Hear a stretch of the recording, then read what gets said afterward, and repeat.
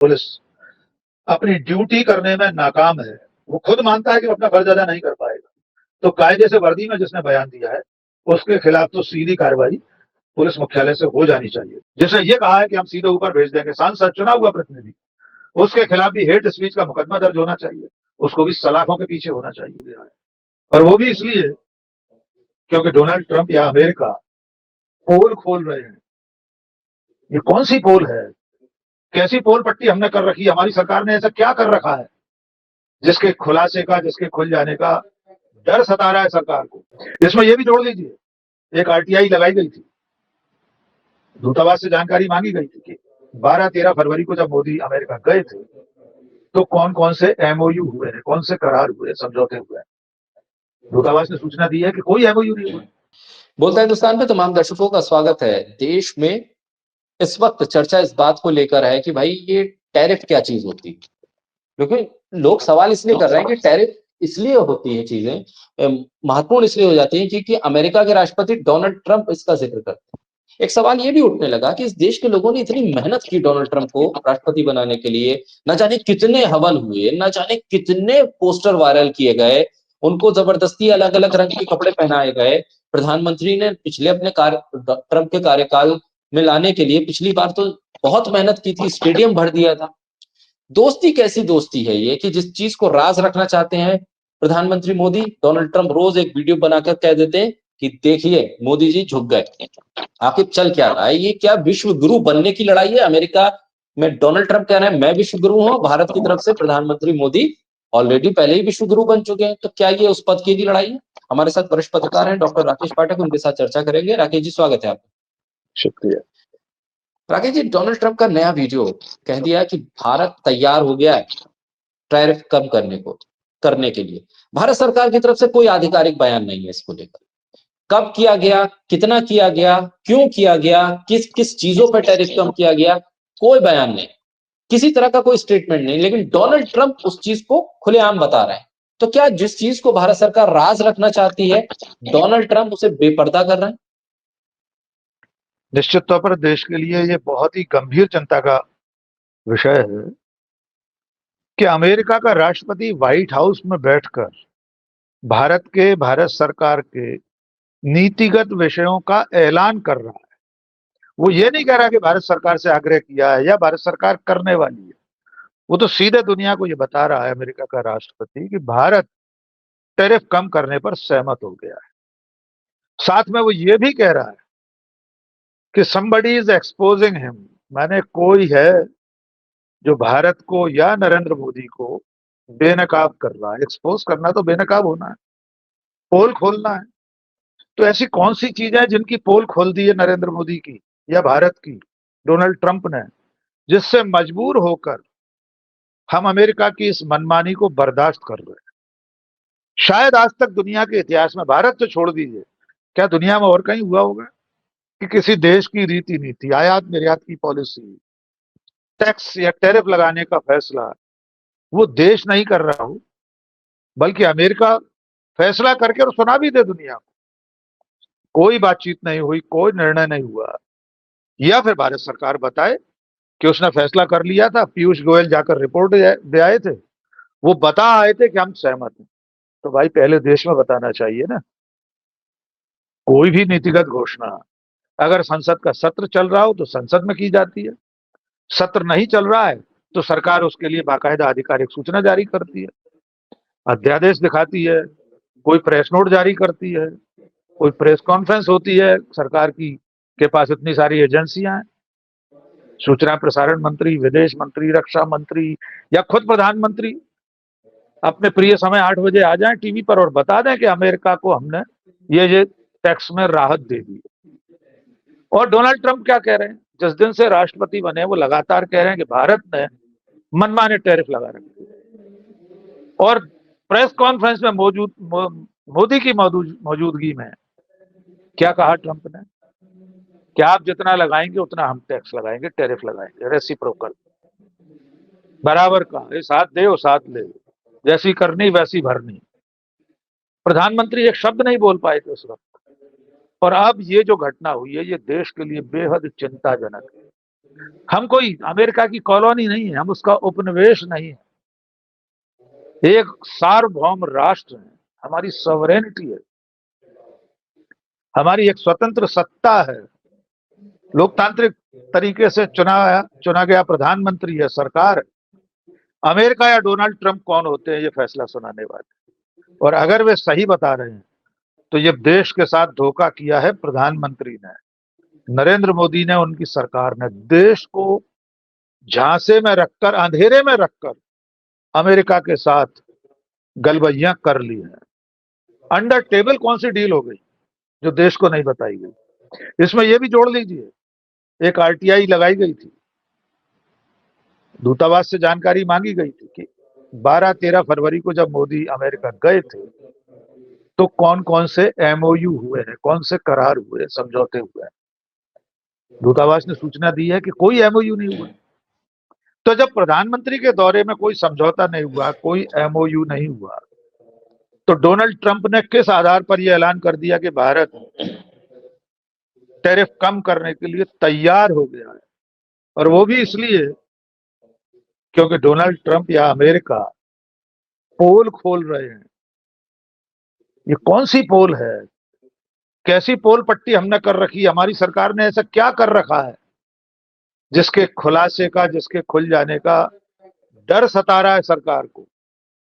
भारत सरकार बताए, आज जवाब देना चाहिए देश के प्रधानमंत्री को, विदेश मंत्री को, कि डोनाल्ड ट्रंप गलत कह रहे हैं, कोई पोल हमारी नहीं खुल गई है। इसमें यह भी जोड़ दीजिए कि ट्रंप की धमकियों का असर सिर्फ हम पर चल रहा है।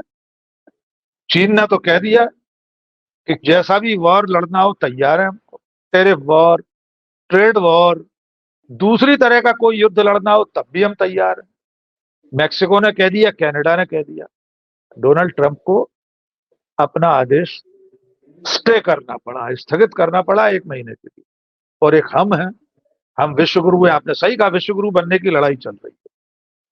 शायद डोनाल्ड ट्रंप को और अमेरिका को यह बात अखरती होगी कि भारत का मीडिया, भोंपू मीडिया, नरेंद्र मोदी को इतना ताकतवर बनाए बैठा है कि उनके एक टेलीफोन पर रूस और यूक्रेन का युद्ध रुक जाता है।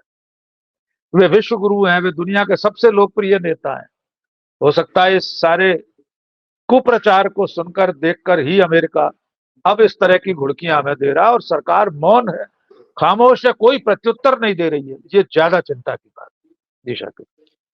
राकेश जी, दबाव किस बात का? क्या इस बात का दबाव, जिस तरह से पिछले 3 दिन डोनाल्ड ट्रंप ने बताया था कि कितने $मिलियन उन्होंने वोटर टर्नआउट के लिए दिए, और सीधे my dear friend Narendra Modi, prime minister Narendra Modi तक का नाम ले लिया। क्या वो कुछ और इस तरह के वीडियो शेयर कर सकते थे, कुछ और इस तरह के अमाउंट्स की जानकारी दे सकते थे? क्या वो 3 दिन जो लगातार वीडियो आए सिर्फ प्रेशर टैक्टिक्स के तौर पे थे? क्या ये एक दबाव है कि कहीं और चीजें बाहर ना आ जाएं तो पता चल जाएगा क्या है? क्या जो समन जारी हुए हैं भारत के लोकप्रिय लोगों के लिए, जो लगातार एक चिंता का विषय है कि कैसे वो अमेरिका पहुंचे और कैसे वहां व्यापार पहुंचे, क्योंकि समेटता जा रहा है पूरी दुनिया से उन लोगों का व्यापार, क्या वो एक प्रेशर बिल्डअप किया जा रहा है वहां से, जिसके नतीजे में प्रधानमंत्री मोदी जब अमेरिका में तो शराब पर टैरिफ कम कर दिया था अचानक से। यानी शराब घोटाले को लेकर दिल्ली सरकार को अपदस्थ करने वाले बीजेपी खुद एक शराब पर टैरिफ कम कराई अमेरिका में। तो क्या ये इस तरह के दबाव है? देखिए, कई तरह के दबाव दिखाई दे रहे हैं जो बहुत स्पष्ट दिख रहे हैं, इसमें कोई पहेलियां नहीं है। एक तो यही है कि अजित डोभाल के खिलाफ समन है, अडानी के खिलाफ वहां से वारंट है। सरकार इन लोगों को बचाने में लगे, अपने देश का व्यापार बचाए, कारोबार बचाए, इसकी चिंता है। हमारे प्रवासी भारतीयों की वापसी का मसला है, जिस तरह से वापस भेजे जा रहे हैं अपमानजनक तरीके से, और हम कुछ कह नहीं पा रहे। ये कौन से दबाव है? यही तो कांग्रेस ने पूछा है। पवन खेड़ा ने प्रेस कॉन्फ्रेंस में यही तो पूछा है कि भारत सरकार बताए कि किस दबाव में ये सारी चीजें बर्दाश्त करती चली आ रही, और एक भी बात पर उफ नहीं कर रही हमारी सरकार, एक औपचारिक बयान भी नहीं दे रही है सरकार। ये जो ट्रेड वॉर है, इसमें हम कहां टिकेंगे? अगर अमेरिका ने इतना सारा टैरिफ हम पे लगा दिया, हम निर्यात नहीं कर पाएंगे, आयात करेंगे तो किस भाव में करना पड़ेगा अमेरिकी सामान का? 70,000 करोड़ का नुकसान होगा हमको शुरुआत में ही, भारत को। तो ये पहेली तो सच में हम और आप नहीं हल कर पा रहे कि ये दबाव कौन सा है, कौन क्या वजह है कि प्रधानमंत्री नरेंद्र मोदी किसी तरह का कोई प्रतिकार नहीं कर रहे, कोई जवाब नहीं दे रहे, और वो भी उस राष्ट्रपति को जिसके लिए नमस्ते ट्रंप हुआ, जिसके लिए हाउडी मोदी हुआ, जिसके लिए अब की बार ट्रंप सरकार का नारा दिया, जिसके लिए दिल्ली से लेकर लखनऊ जयपुर तक यज्ञ हुए, बाकायदा यज्ञ किए गए, भगवा तस्वीरें मार्फ करके डोनाल्ड ट्रंप की बनाई गई, उसको भी हिंदू हृदय सम्राट बनाने की तैयारी थी। और चुनाव जीतने के बाद ट्रंप क्या कर रहे हैं हमारे साथ, क्या सलूक कर रहे हैं। हमारे प्रधानमंत्री को शपथ समारोह में नहीं बुलाया, अमेरिका गए तो व्हाइट हाउस ओवल दफ्तर के सामने रिसीव करने खड़े नहीं हुए, बाकी सबको किया। यहां तक कि यूक्रेन के राष्ट्रपति जेलेंस्की को भी रिसीव किया डोनाल्ड ट्रंप ने। बाद में जो कुछ हुआ वो भी हमने देखा, वो भी एक सबक है। एक छोटा सा देश और उसका राष्ट्रपति किस तरह अमेरिका के राष्ट्रपति और वहां के उपराष्ट्रपति को जवाब देगा, देश के हित की बात कर रहा है। हो सकता है कल वो भी सरेंडर कर दे, समझौता कर ले, उसे अपने देश की लड़ाई लड़नी है, लेकिन उस वक्त तो जो उसने किया वो तो दुनिया ने देखा। और यहां तो मोदी का डंका फट गया है, जो डंका बज रहा था, कहा जाता है मोदी का डंका बज रहा है पूरी दुनिया में। डोनाल्ड ट्रंप रोज हथौड़ियों से डंका फाड़ रहा है, हर दूसरे दिन अमेरिका की संसद में खड़े होकर कह रहा हम 100% टैरिफ लगाएंगे भारत पर 2 अप्रैल से। तारीख भी बता दी थी, कितने दिन बचे हैं 2 अप्रैल। प्रेस कॉन्फ्रेंस में रोज हड़का रहा है। ये डंका बजना तो नहीं है, ये तो डंका फटना है। तो मुझे लग रहा है कि नरेंद्र मोदी की विदेश नीति, भारत सरकार की विदेश नीति एक दो राहे पर खड़ी है। देश हित, राष्ट्र हित क्या है इसे भूल गई है मोदी सरकार, और नरेंद्र मोदी जी काहे में व्यस्त हैं, ये तो आपने देखा ही है पिछले दिनों। शेरों के साथ तस्वीरें खिंचवा रहे हैं, हिरण के साथ खेल रहे हैं, हाथी के साथ घूम रहे हैं, फिर चले गए आरती करने वहां पे कहीं उत्तराखंड में, फिर रोड शो में चले गए। उनकी व्यस्तताओं में देश की चिंता कहीं दिखाई नहीं दे रही। ये छोटा मोटा मुद्दा नहीं है। जिस वक्त डोनाल्ड ट्रंप ने कहा उस समय हमारे वाणिज्य मंत्री अमेरिका में है, पीयूष गोयल, वे क्या कर रहे थे? क्या उन्होंने कोई सहमति दे दी? उस सहमति के बाद डोनाल्ड ट्रंप ने बयान दिया। इन सवालों के जवाब मिलना चाहिए। ये लोकतंत्र है। देश का प्रधानमंत्री देश की कैबिनेट से बिना चर्चा किए, सरकार में जो वरिष्ठ सारे लोग हैं उनसे बात किए बिना देश के हितों को गिरवी रख देगा, सम्मान को गिरवी रख देगा कि अमेरिका का राष्ट्रपति हमारे ऊपर फतवा जैसा जारी कर रहा है। ये फतवा ही है शाकिर भाई। अमेरिका ने कह दिया कि आपको टैरिफ कम करना है तो करना है, कोई किंतु परंतु अगर मगर आदि इत्यादि कुछ नहीं चलेगा। तो ये बहुत शर्मनाक दौर है हमारे देश के लिए कि हमारे देश का सम्मान रोज रोज सम्मान घट रहा है, गिर रहा है। जी। बिल्कुल राकेश जी, एक विषय और चिंता का है। ये तो विदेश और विदेश से जुड़े हुए पहलू है जिसपे भारत की एक छवि पर डेंट लग रहा है, और ये सोचने का विषय है विदेश नीति से लेकर देश के तमाम ओहदों पर रहने वाले लोग और प्रधानमंत्री के लिए खासतौर पर देश में आंतरिक सुरक्षा को लेकर किस तरह की व्यवस्था है, पुलिसिंग कैसे हो रही है, खासतौर पर बीजेपी शासित उत्तर प्रदेश में। कहा जा रहा है कि संभल का मामला, जहां पर होली का त्योहार है और उसी दिन जुमे का दिन पड़ रहा है, तो वहां के एसएचओ अनुज चौधरी जो काफी लाइमलाइट में रहे हैं, गोली चला दो गोली चला दो, उनके वीडियो काफी वायरल हुए संभल दंगे के दौरान। वो ये कह रहे हैं कि भाई आपको रंग से परहेज है, आप अपने घरों में कैद हो जाइए। आज से पहले होता ये था कि कोई हुड़दंग करने वाला है, कोई त्योहारों में खलल डालने वाला है, तो पुलिस उस पर सख्ती करती थी कि तुम मत दिख जाना उस दिन वहां पर, नहीं तो उठा लिए जाओगे। दो त्योहार एक साथ आ रहे हैं तो और बहुत आसानी से पुलिस का काम होता था कि दोनों त्योहार एक साथ मनाए जाएं, कोई हुड़दंग ना हो। यहाँ पुलिसिंग क्या हो रही है? पुलिसिंग ये हो रही है, आपको घर में रहना है, आपको सड़क पर रहना है। यानी ऑड इवन लागू किया जा रहा है हिंदू और मुसलमानों के लिए। ऐसे पुलिसिंग होगी क्या? सवाल उठ रहे हैं। और इसीलिए शायद संभल में अब ये भी हो गया है कि कोई और बयान नहीं देगा डीएम और एसपी के अलावा। लेकिन किस तरह की पुलिसिंग है, और क्या ये एक संदेश नहीं है सत्ता के संरक्षण का? देखिए, इसमें अब संदेह कहां बचा है। केंद्र की सत्ता से लेकर तमाम राज्यों में जहां जहां बीजेपी की सरकारें हैं, वे पूरी तरह सांप्रदायिक राजनीति पर उतारू। वरना किसी थानेदार की, किसी सीओ की इतनी हिम्मत नहीं हो सकती कि वो कुछ लोगों को घर से निकलने से रोके और कुछ लोगों को निकलने के लिए कहे। ये ऑड इवन इस देश में कभी नहीं चला। कारों के लिए चलता है, प्रदूषण के लिए। दिल्ली में शनिवार को इस नंबर की गाड़ी नहीं निकलेगी, इतवार को इस नंबर की नहीं निकलेगी, पर इंसानों में भेद तो नहीं किया जा सकता। उत्तर प्रदेश में कानून व्यवस्था का क्या हाल है, उसका नजारा एक सांसद ने भी पेश कर दिया। अलीगढ़ यूनिवर्सिटी में होली मनाने को लेकर उन्होंने कह दिया, हम जो उधम करेगा, मारपीट करेगा, हम उसे ऊपर भेज देंगे। यानी अब यमराज का काम भी बीजेपी के लोगों ने अपने हाथ में ले लिया है। उन्हें सीधे अधिकार है, वे किसी को ऊपर भेज सकते हैं। ये प्रशासन की नाकामी है, ये उसकी असफलता है और मक्कारी है कि सीओ इस तरह माइक पर इस तरह का ऐलान दे, बयान दे कि फला लोग निकलेंगे, फला नहीं निकलेंगे। उसकी तो जिम्मेदारी है, पुलिस की जिम्मेदारी है, प्रशासन की जिम्मेदारी है कि वो हर त्योहार को, चाहे वो किसी भी धर्म का हो, अमन चैन से संपन्न होने की व्यवस्था करे। जो उपद्रवी तत्व होते हैं हर शहर में होते हैं। ऐसा कोई शहर नहीं होगा जहां उस तरह के असामाजिक तत्व या गुंडा तत्व नहीं होते। त्योहारों से पहले इस तरह के गुंडा तत्वों को बॉन्ड ओवर किया जाता है, बॉन्ड भरवाए जाते हैं। उधम करोगे तो दिशा जला बदल कर दिया जाएगा। निगरानी बदमाशों की हाजिरी शुरू हो जाती है थाने में, जो रेगुलर वैसे भी होती है। बाकायदा गिरफ्तार किए जाते हैं, हिरासत में रखे जाते हैं, जब तक कि तीज त्योहार संपन्न न हो जाए। ये काम है पुलिस का। पुलिस का ये काम नहीं है कि वो लोगों को घर से न निकलने की हिदायत दे कि आप घर से नहीं निकलेंगे।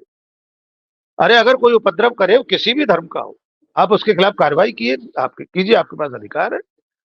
कानून व्यवस्था कायम करना आपकी जिम्मेदारी है, सिर्फ अधिकार नहीं है, आपके कर्तव्य भी है, आपका फर्ज भी है। अपने फर्ज में नाकाम रहे लोग ही इस तरह की बातें करते हैं।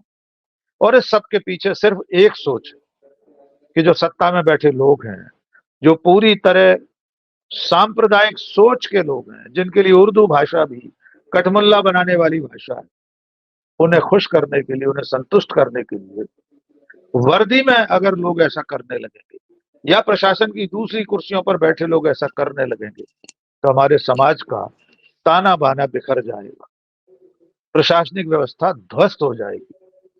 जिनकी जिम्मेदारी है, अगर वे ही नागरिकों को डर कर घर में रहने की हिदायत देंगे, तो कायदे से उनके शरीर पर वर्दी एक दिन भी नहीं रहना चाहिए। उत्तर प्रदेश के पूर्व डीजीपी इसको लेकर कह चुके हैं कि ऐसे व्यक्ति को तत्काल सस्पेंड कर देना चाहिए। कई लोग ऐसे बयान दे चुके हैं। तो मैं समझता हूं ये बेहद खतरनाक संकेत है कि नौकरशाही, पुलिस, पूरा तंत्र इस तरह सांप्रदायिक रंग में रंग जाए कि नागरिकों में भेद करने लगे। जी सर। राकेश जी, आखिर में ये कि क्या एक पुलिसकर्मी, एक सीओ वर्दी में इस तरह के बयान दे, उसकी भाषा से, उसके बयानों से तो वहां के लोगों में एक विश्वास, एक हौसला आना चाहिए कि किसी तरह की हुड़दंग नहीं होगी। उल्टा ये कहा जा रहा है कि हुड़दंग होगी, इसलिए आप अपने घरों में कैद रह हो जाइए। हुड़दंग होगी, उससे बचना है, इसका मतलब यह है कि आप घरों में कैद हो जाइए। क्या वर्दी में दिया गया बयान सरकार का बयान ना माना जाए? पुलिस महकमे का, उत्तर प्रदेश पुलिस का बयान ना माना जाए इसे? और फिर आप बिल्कुल। हुड़दंग रोक नहीं पा रहे हैं, अपनी नाकामी को आप किसी और एक वर्ग के ऊपर डाल के आप उन्हें घर के अंदर कैद होने के लिए कह दें, और जैसा कि आपने जिक्र भी किया, एक सांसद कह दें कि हम ऊपर भेज देंगे। तो क्या ये सरकार, प्रशासन और पुलिस का सीधे तौर पर बयान है कि अपनी नाकामी छुपानी है तो इसलिए कैद हो जाइए? देखिए, घोषित रूप से ये नाकामी है। उत्तर प्रदेश की सरकार, वहां का प्रशासन और पुलिस अपनी ड्यूटी करने में नाकाम है। वो खुद मानता है कि वो अपना फर्ज अदा नहीं कर पाएगा। तो कायदे से वर्दी में जिसने बयान दिया है, उसके खिलाफ तो सीधी कार्रवाई पुलिस मुख्यालय से हो जानी चाहिए। सरकार अब तक उसे सस्पेंड कर चुकी होती अगर कानून का राज होता। वो ये स्वीकार कर रहा है वो ड्यूटी अदा करने में सक्षम नहीं है, उसमें काबिलियत नहीं है कि अपने थाना क्षेत्र में, अपने परिक्षेत्र में वो अमन चैन कायम रख पाएगा। इसलिए आपसे कह रहा है घर पर रहिए। जिसने ये कहा है कि हम सीधे ऊपर भेज देंगे, सांसद, चुना हुआ प्रतिनिधि, उसके खिलाफ भी हेट स्पीच का मुकदमा दर्ज होना चाहिए, उसको भी सलाखों के पीछे होना चाहिए। लेकिन ऐसा सब होगा नहीं, क्योंकि जो लोग सत्ता में बैठे हैं, जो सरकार में बैठे लोग हैं, वे भी तो इसी विचारधारा के हैं। वे भी तो सदन में खड़े होकर कहते हैं भेज दो महाराष्ट्र के विधायक को, हम उसका इलाज कर देंगे। सीधे सीधे असामाजिक तत्वों जैसी भाषा है, शूटरों जैसी भाषा है, अंडरवर्ल्ड के लोगों जैसी भाषा है। लेकिन प्रदेश का, देश के सबसे बड़े प्रदेश का मुख्यमंत्री फ्लोर ऑफ द हाउस, सदन में खड़े होकर ऐसा बयान देता है। इसलिए मुझे नहीं लगता उस सीओ के खिलाफ कोई कार्रवाई होगी, होना चाहिए। मैं इसके पक्ष में हूं जी। बहुत शुक्रिया राकेश जी, बोलते हिंदुस्तान को समय देने के लिए, हमारे साथ चर्चा करने के लिए बहुत शुक्रिया।